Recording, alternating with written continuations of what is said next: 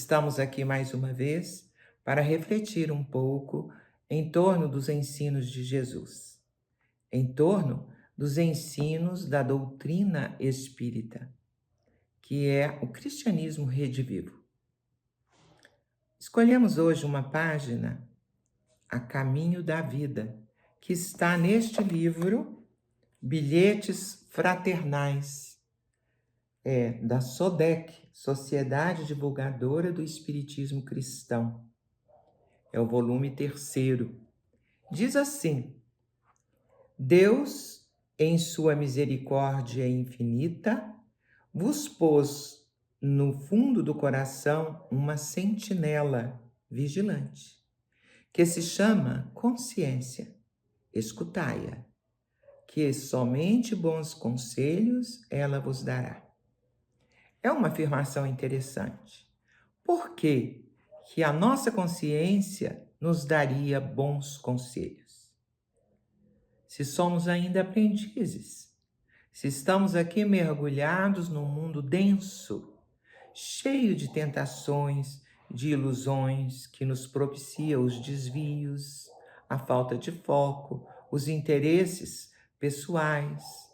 Por que que a consciência de cada um de nós clama por sabedoria, clama por justiça, clama para o cultivo do bem? É porque a nossa essência é divina, a nossa natureza é sagrada. Somos filhos de Deus, criados à sua imagem e semelhança. Por isso, é muito natural que almejemos o aprimoramento próprio, que busquemos a perfeição, que busquemos nos libertar de tudo aquilo que possa nos embaraçar em nossa jornada evolutiva. O comentário, então, de Rodrigo é assim: procura dentro de ti o caminho da vida. Então, isso significa que quem nos oferece direção é a nossa própria consciência que está no nosso íntimo e que devemos buscar, penetrar, mergulhar em nosso íntimo e saber quem somos, quais os nossos defeitos maiores, quais as nossas qualidades brilhantes, porque temos dos dois. Temos qualidades e temos defeitos. Os defeitos para serem trabalhados e transformados e minimizados a cada dia.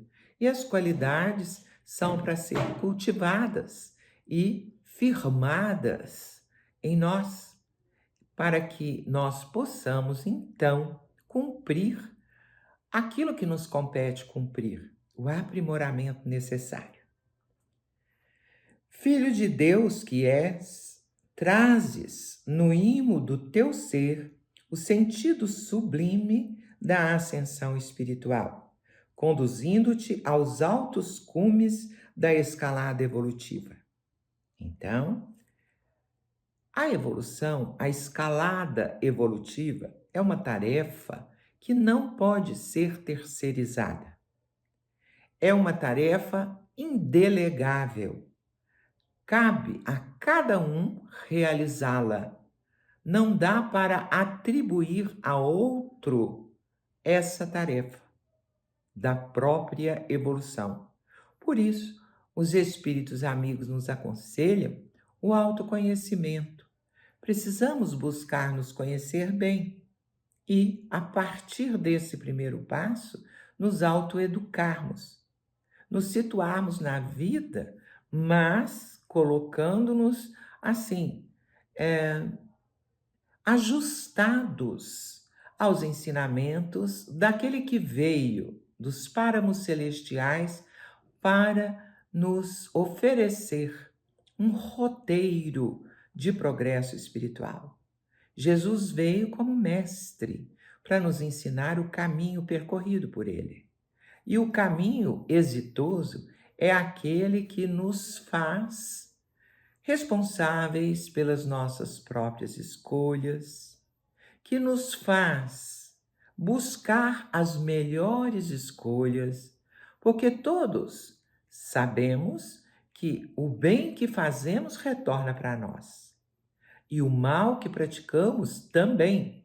Então, para que não haja tropeço em nossa caminhada evolutiva, devemos fazer boas escolhas. E isso é tarefa, então, que nos compete realizar, buscando aprimorar as nossas qualidades, educando-nos, sabendo que aquelas bem-aventuranças ditas por Jesus ao pé do monte são também e equivalem ao roteiro de ascensão humana. É preciso cultivar humildade, mansidão, amor à justiça, né? Então, tudo isso revela para nós uma condição de alcance daquela meta que tanto desejamos, né? A liberdade dentro de nós, o sono bom, porque se nós praticamos o bem, se nós não nos comprometemos com o mal, podemos ter um sono tranquilo, podemos ter a certeza de que somos e seremos sempre amparados pela espiritualidade amiga que se interessa pelo nosso crescimento. Ao passo que, quando nos desviamos do caminho do bem, que é regra imutável do Criador, nós atraímos companhias deletérias que vão querer nos influenciar para que nós nos atolemos cada vez mais na prática da insensatez, da intemperança. Então é preciso que nós observemos tudo que acontece em nós e em torno de nós e valorizemos as oportunidades tantas que nos ocorrem a cada dia para praticarmos o autogoverno, praticarmos o bem, treinarmos as virtudes que são os frutos do Espírito, pelos quais a nossa consciência tanto clama para se ver livre de todas as amarras que impedem o crescimento e a liberdade de viver, quer nessa dimensão, quer em qualquer outra dimensão.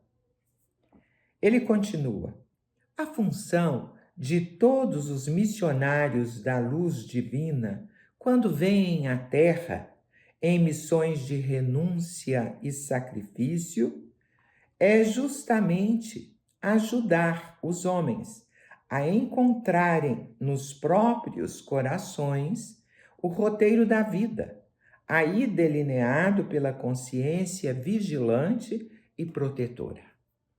A função, o papel dos profetas, dos benfeitores da humanidade, dos pensadores, filósofos, dentre eles Sócrates, Confúcio, Gautama Buda, nos tempos atuais, Chico Xavier, Madre Teresa, Gandhi e todos os abnegados irmãos nossos que muito trabalharam e ofereceram da sua própria vida em favor do nosso crescimento como humanidade, porque tinham claro em sua compreensão, em sua percepção, que pertencemos todos a uma grande e única família, a família humana. Então, sentiram-se chamados ao testemunho e não se recusaram a colaborar, a contribuir para oferecer à humanidade tudo que pudesse qualificar a sua vida, a vida humana, tudo que pudesse acrescentar como compreensão, entendimento, valorização, sabedoria.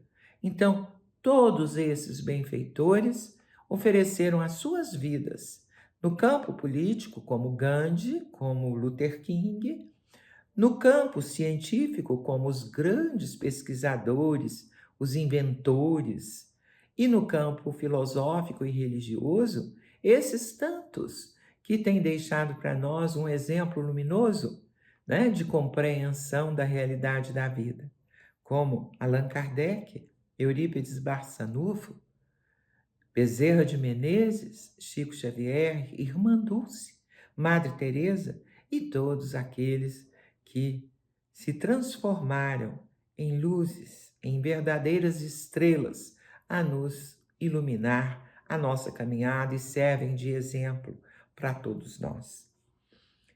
Estuda a mensagem desses vanguardeiros do amor e entra dentro de ti mesmo, despertando recursos que aí jazem, esperando que aciones a própria vontade para se transformarem em agentes da tua evolução.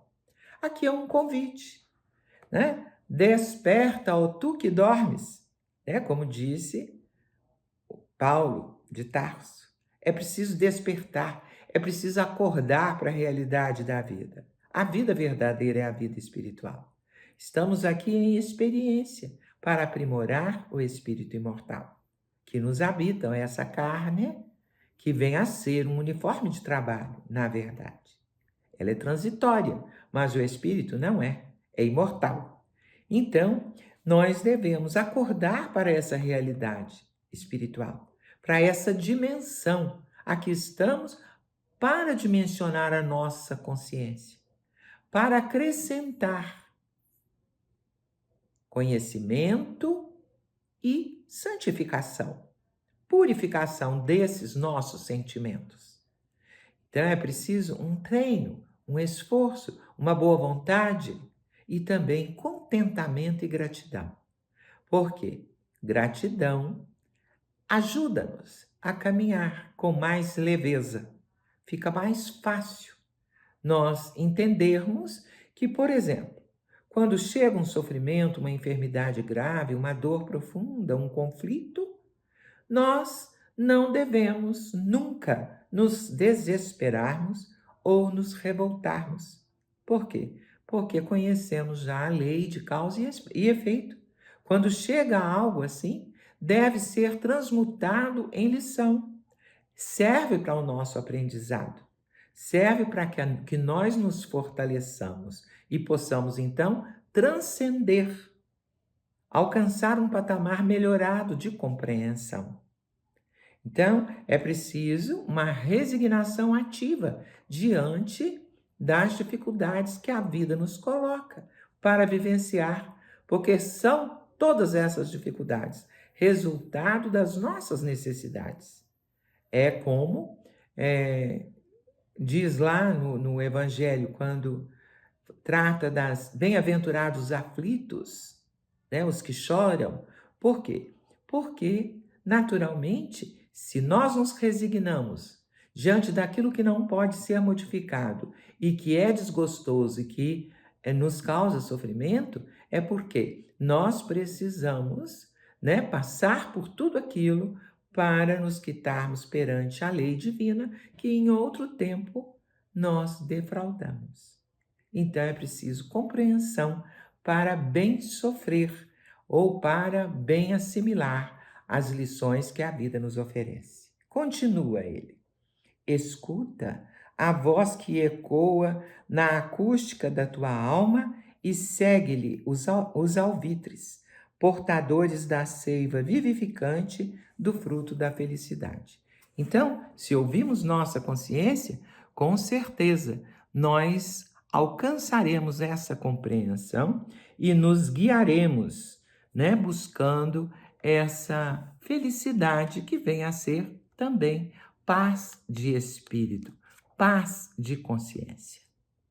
Guarda, portanto, a certeza de que depende dos teus esforços encontrar o caminho da vida que existe dentro de ti, aguardando-te o concurso para ser desbravado e conquistado. Então, esse caminho de vida precisa ser conquistado a pouco e pouco, sem pausa, mas devagar, fazendo que se agregue dentro de nós a compreensão que os fatos, as circunstâncias, as ocorrências nos fazem vivenciar. Então, depende do nosso esforço e da nossa boa vontade. da nossa vontade, que é a gerente das nossas ações. E para finalizar, ele diz: volta-te para a semente da vida imperecível, lançada dentro de ti, auxiliando-a a germinar e florescer, para que dê frutos de bem-estar espiritual. Aqui mostra, e a doutrina espírita faz isso como nenhuma outra filosofia, como nenhuma outra religião, ela nos coloca frente a frente a nós mesmos, dizendo que somos os árbitros do nosso destino. Então, dependendo das nossas escolhas, nós vamos, de fato, alcançar esse florescimento necessário para a frutificação, para o bem-estar, não só espiritual, mas também corporal. Vamos